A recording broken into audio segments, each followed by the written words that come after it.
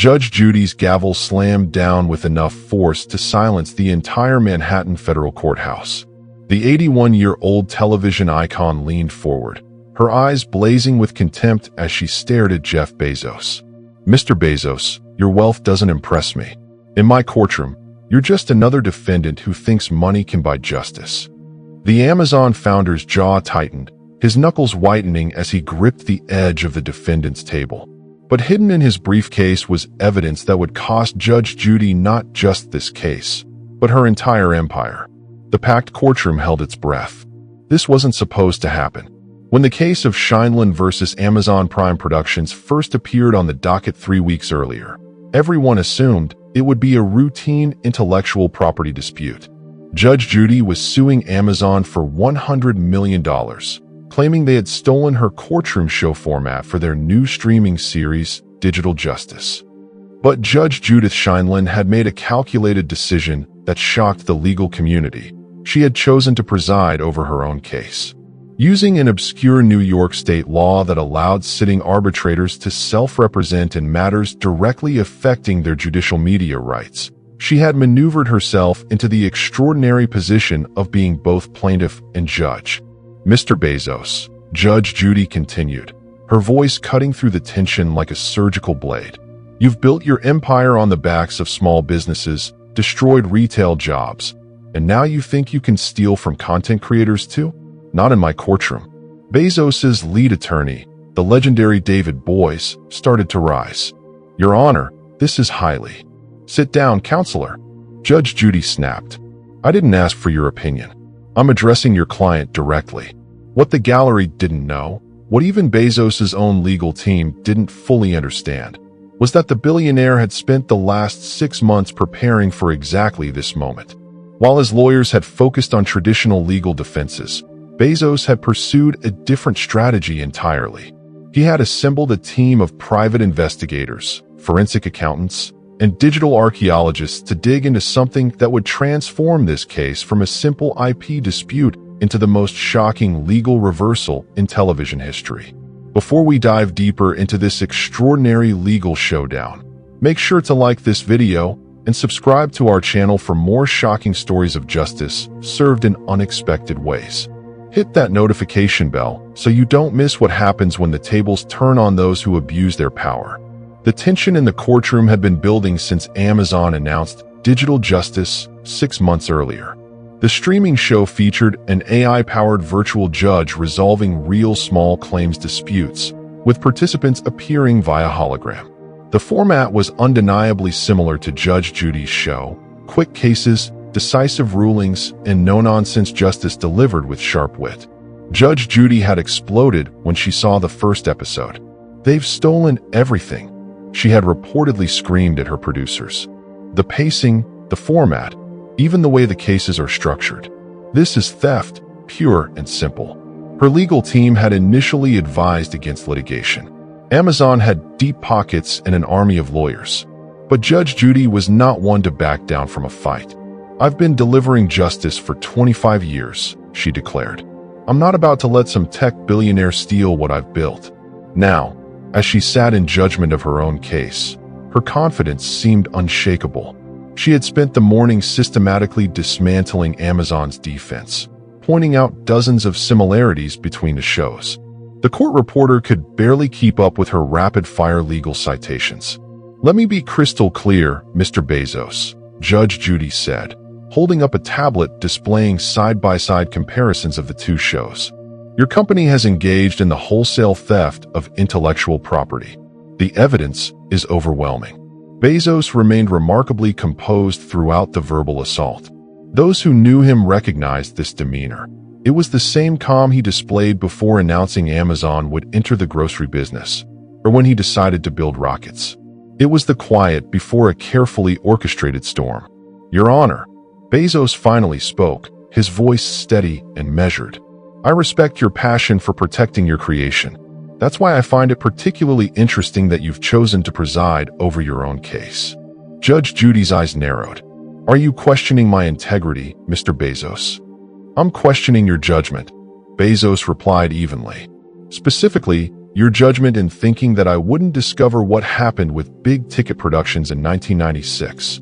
The color drained from Judge Judy's face so quickly that her bailiff, Petrie Hawkinsbird, took an involuntary step forward.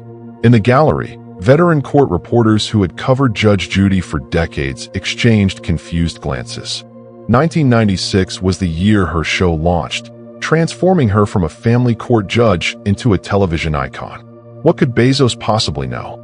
I don't know what game you're playing, Judge Judy said, but for the first time, her voice carried a tremor of uncertainty. It's not a game, Your Honor, Bezos responded, reaching for his briefcase. It's about truth. You see, when you accused Amazon of stealing your format, you opened a door to examining who really owns the Judge Judy format. And what my team discovered will interest everyone in this courtroom. David Boies placed a warning hand on Bezos's arm, but the billionaire shrugged it off. This was no longer about legal strategy. This was personal. The story of Bezos's investigation had begun 6 months earlier, the day after Judge Judy filed her lawsuit.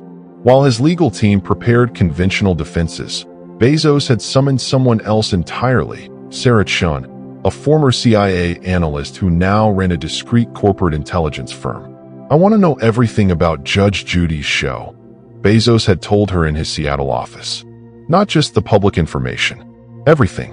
Who created the format, who owns what rights, every contract, every handshake deal. Leave no stone unturned. Chun had assembled a team of 12 investigators.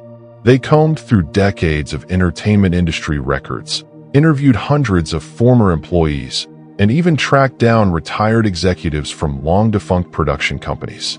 What they discovered was a web of deception that went back to the very origins of courtroom television. Now, in the Manhattan courthouse, Bezos withdrew a manila folder marked Confidential, CBS Archives 1995 to 1996, in red letters. Your Honor, I have here the original production agreement between you and Big Ticket Productions. But more interesting is what I have in these companion files. The agreement between Big Ticket and retired Judge Joseph Wapner's production company. The mention of Judge Wapner, the original star of the People's Court, sent a ripple through the courtroom. Legal journalists began typing furiously on their phones. Judge Judy's face had gone from pale to flushed. This is irrelevant to the matter at hand, she declared, but her voice lacked its usual authority. On the contrary, Bezos said, standing now, his presence filling the courtroom. It's entirely relevant. You see, Your Honor, my investigators discovered that the format you claim is yours, the rapid-fire cases, the standing litigants, the immediate verdicts, even the post-case interviews. All of it was developed by Judge Wapner's team in 1979 for the People's Court. That's preposterous, Judge Judy shouted, abandoning all pretense of judicial decorum. The People's Court was a completely different show. Bezos calmly produced another document. This is a memo from Larry Little, president of Big Ticket Productions, dated March 15, 1996. Allow me to read the relevant portion. Judy, per our discussion, we've successfully acquired the dormant format rights from Wapner's production company. They were happy to accept $50,000 given their financial situation. As agreed, we'll restructure the paperwork to show you as the original creator. The Wapner team won't be a problem. They've all signed comprehensive NDAs. The courtroom erupted. Journalists rushed toward the exits to file their stories. Judge Judy's own production team sat frozen in shock. Bailiff Bird looked at his longtime colleague with an expression of profound betrayal. Order, Judge Judy shouted, banging her gavel repeatedly. Order in the court. But Bezos wasn't finished. There's more, Your Honor. Much more. He produced a thick bundle of documents. These are the royalty statements that should have been paid to the Wapner estate for the past 25 years. Based on the original agreement, they were entitled to 15% of gross revenues from any show using their format. By our calculations, that amounts to approximately $2.3 billion. Judge Judy's hands trembled as she gripped her gavel. You're making wild accusations without proof. The proof is right here, Bezos said, gesturing to the documents. And there's something else. Do you remember a production assistant named Maria Rodriguez who worked on your show in 1997? Judge Judy's face blanched again. There were many production assistants. Maria Rodriguez tried to blow the whistle on the format theft. Bezos continued. She had copies of the original Wapner agreements. But she was fired, sued into bankruptcy, and silenced with an ironclad NDA. It took my team 4 months to find her in Tucson, where she's been living under an assumed name for 20 years, terrified of your legal team. Bezos pulled out a tablet and tapped the screen. A video began playing on the courtroom monitors. It showed a middle-aged woman, clearly Maria Rodriguez, sitting in what appeared to be a lawyer's office. I tried to do the right thing, the woman on the screen said, tears streaming down her face. I knew what they were doing was wrong. Judge Wapner was a good man, and they stole everything from him. But when I spoke up, they destroyed my life. Judge Judy herself told me that if I ever said anything, she would make sure I never worked in television again. The courtroom sat in stunned silence as the video continued. Rodriguez detailed how she had discovered the original agreements, how she had tried to alert CBS executives, and how Judge Judy's legal team had systematically ruined her life when she refused to stay quiet. Judge Judy stood abruptly. "This court is in recess," she declared, but her voice cracked on the last word. "Actually, Your Honor," a new voice spoke from the gallery. Everyone turned to see a distinguished older man in a federal marshal's uniform. "Judge Judith Scheindlin, I have a warrant for your arrest on charges of fraud, conspiracy, and racketeering. Please step down from the bench." The marshal was accompanied by 2 FBI agents who moved toward the bench with practiced efficiency. Judge Judy stood frozen, her mouth opening and closing without sound. Additionally, the marshal continued, "The Second Circuit Court of Appeals has issued an emergency order removing you from this case and nullifying all rulings made while you presided over your own matter. Judge Catherine Chun will be taking over immediately." As the FBI agents approached, Judge Judy found her voice. "This is a setup. Bezos orchestrated all of this." Bezos shook his head slowly. "I simply uncovered the truth, Your Honor. The same truth you've been hiding for 25 years. The irony is remarkable. You built an empire on delivering justice while perpetrating one of the entertainment industry's greatest frauds." Judge Catherine Chun entered the courtroom and quickly took her seat at the bench. "Mr. Bezos, given these extraordinary revelations, I'm dismissing all claims against Amazon with prejudice. Furthermore, I'm referring this matter to the Department of Justice for full investigation." But Bezos raised his hand. "Your Honor, if I may, I'd like to make a statement." Judge Chun nodded. "Proceed." Bezos turned to face the gallery and the cameras. "The $2.3 billion that should have gone to the Wapner estate will be pursued, but not by me. I'm establishing a fund for content creators whose formats and ideas have been stolen by larger entities. Every penny recovered from this case will go to protecting the real innovators in entertainment." He then looked directly at Judge Judy, who was now in FBI custody. "Your Honor, former Honor, you were right about one thing. In your courtroom, wealth doesn't buy justice. But apparently, neither does wearing a black robe." As Judge Judy was led away in handcuffs, the image that would dominate news cycles for weeks was captured.